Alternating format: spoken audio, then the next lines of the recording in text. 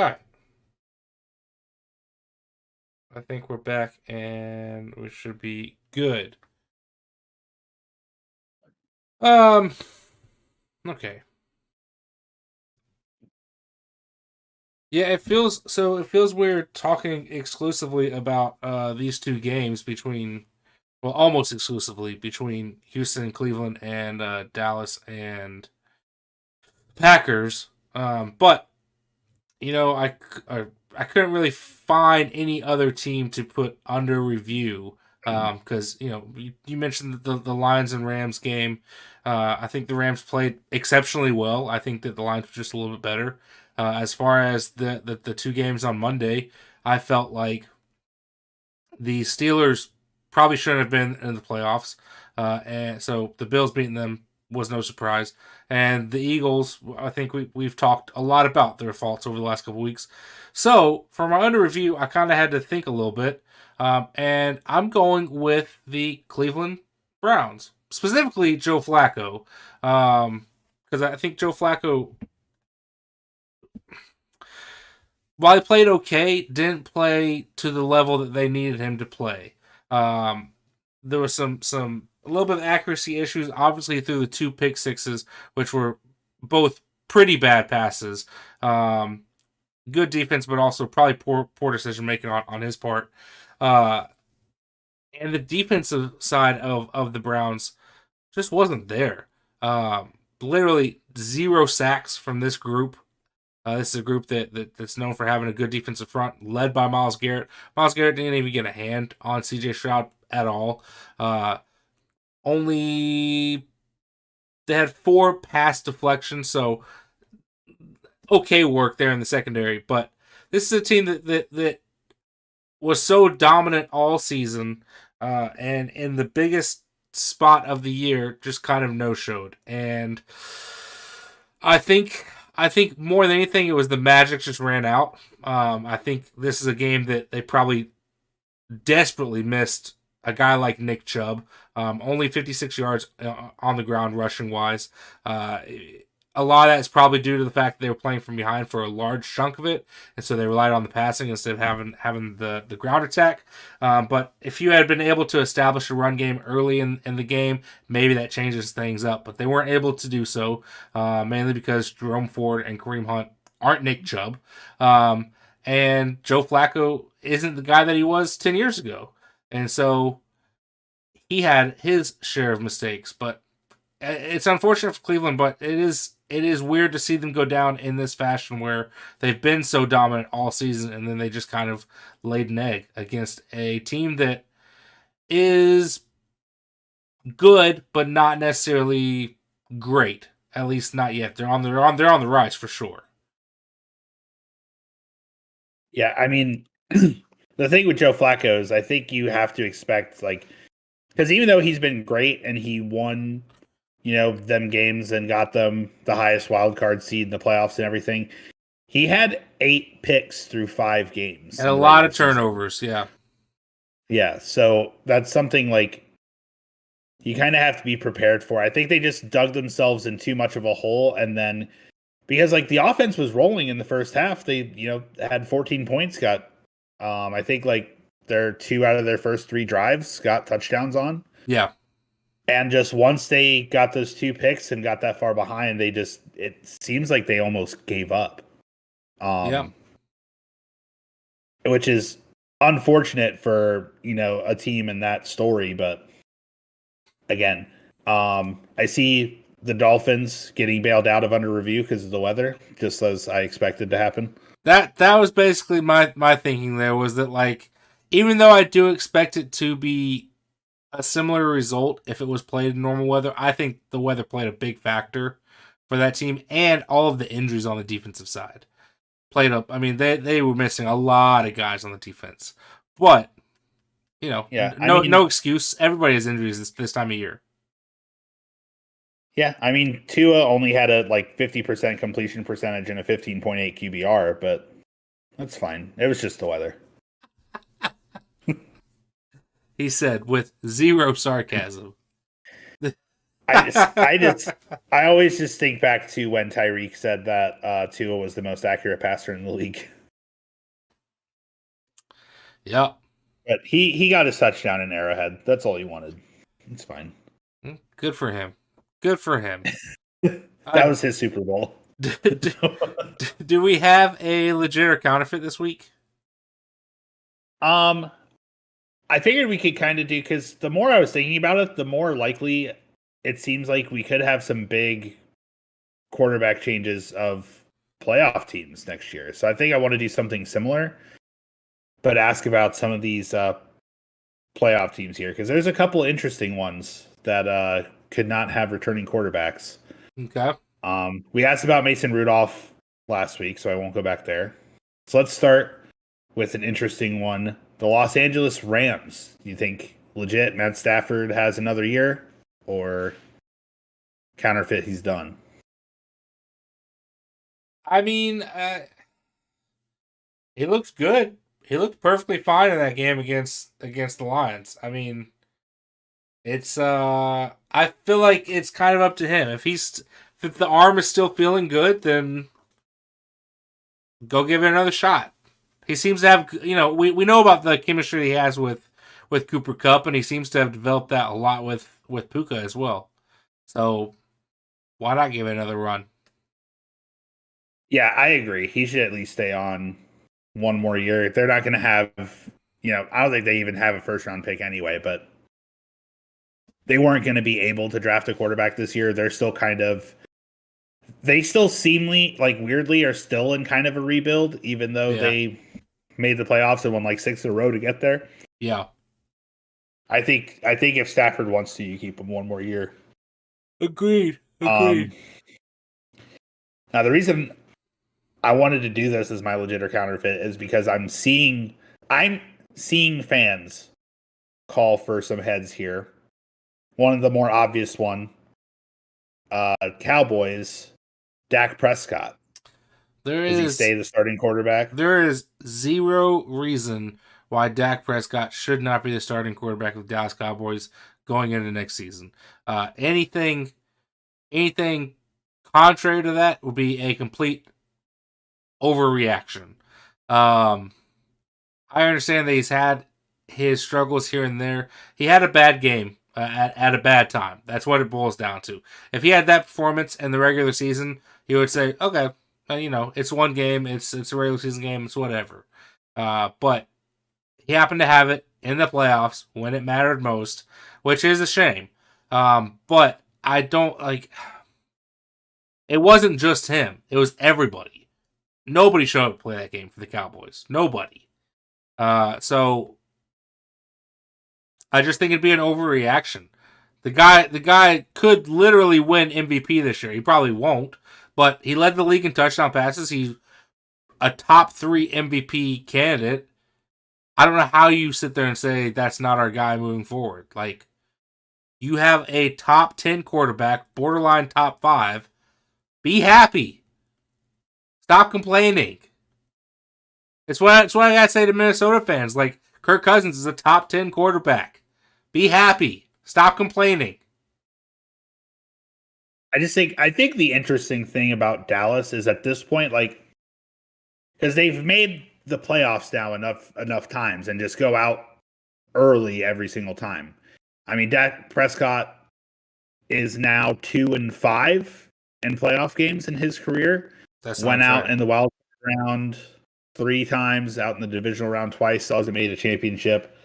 Yeah. And, like, his play isn't necessarily fully what's wrong. His average passer rating through the postseason is 91.8, which is, like, not the best, but, still up there. Yeah. I mean, he's already got his extension. You might as well give him one more year. I don't know, again, with the draft class and other free agents, who's necessarily going to take over that contract for Dak Prescott, but Mike McCarthy needs to go first, and that hasn't happened yet either, which makes me think that maybe they're leaning more towards thinking Dak's the problem. And I think he is a problem. I don't think he's the problem. I agree. I agree. In playoffs. I don't even personally think that he's that big of a problem. I just think he is a small liability. Can be a small liability. So Yeah. But there's more happening in Dallas than just Dak that needs to be. At this point, that team has just been like they're essentially regular season champions every year, yeah, and then they're just out. yeah. But also This will be the like last one, but it's good. I was gonna say also like Peyton Manning for a long time was viewed as the guy that can always get you to the playoffs, but won't ever win you a championship. And he ended his career with 2 rings. So I mean, I'm not saying that Dak, the same is going to happen for Dak. I don't think Dak is on the same level as Peyton Manning for sure. But I mean, it could happen. You never know. Well, Peyton also always had Tom Brady standing in his way, and there's not really an elite quarterback on the NFC side keeping Dak out. Like I think he Right. loses to a different team or at least a different quarterback. It seems like every True. single time. So, True. Yeah. um, the last, but I think the most interesting that people are calling for his head already is Tua Tagovailoa because this is his fourth year in the league. So like technically his rookie deal will be over. Yeah. And it's so weird to think of people already calling for his head because it's like he's only really had one full season to show us what he's made of. And the regular season for the most part went well. But Yeah. everybody's saying, and like how this game went this weekend, is that he doesn't play well. Yeah. But I mean, it's a troubling trend, that's for sure. I don't know if I'm not ready to give up on him yet. I think that you've got to at some point think about putting a short leash on him. Um, if you have somebody else on your team that you feel confident in, but if Tua's the best quarterback in the room, you've got to go with him. Like if you don't have another option there, you have to go with him. Um, and so yeah, I'm that's the one that I could see happening. If I was the one making decisions. yeah, he was drafted in 2020, so I think this coming season might be no, that would be 4 seasons. So if anything, he might get tagged, which I don't think they're in a position. Again, I don't think they're in a position to get a better quarterback. I don't see them firing Mike McDaniel either, and Mike McDaniel loves Tua, so I don't think it's going to happen Right. this year. Yeah. I think Tua gets one more year, and this was his first full season, and it was like again a good season. He was almost at 70% completion percentage, 4,600 yards, 29-14 touchdown interception, so just under 50% there. 101 rating, 60.9 QBR. Like I think he had a good enough season to where I don't know if he can demand an extension like some other quarterbacks got, but he's gonna. I think it's silly to call for his head right now when this is the first full season that he's played. I agree. Yeah. I just like going over fans over reactions because I'm like, how do you think it's already time to move on from Tua? Well, it's one of those things that like this is the way that the league has gone and has become is a league of instant gratification. This is why you don't see teams doing what Green Bay did with Rodgers and Love anymore, where they draft a quarterback and let them sit for 3 years behind an established vet. Like you don't see that happening anymore. You might see 1 year, but most of the time when you draft a quarterback, you're starting him, at least by the midway point of his first year, and it's because of instant gratification. Like you want to see what you have immediately, And I don't think that necessarily sets you up well long term. And I think, but that's a lot of it has to do with the fans, though, also, because fans will be aggressive in cheering and chanting for who they want to see on the field and who they don't want to see on the field. And so fans want to win now, not win 3 years from now. And so if that means getting rid of your borderline top 10 quarterback and moving on, that's what they want to do.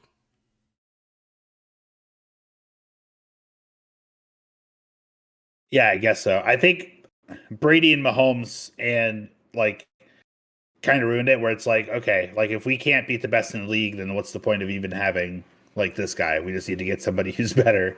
Yeah. But there's not really anybody who's better. But even So even going back to sitting, Mahomes sat for almost his entire first year. He played, I think, what, the final game of his first season? Is that right? he played week 17 because they sat Alex Smith. Yeah. Right. For So they rested him for the playoffs.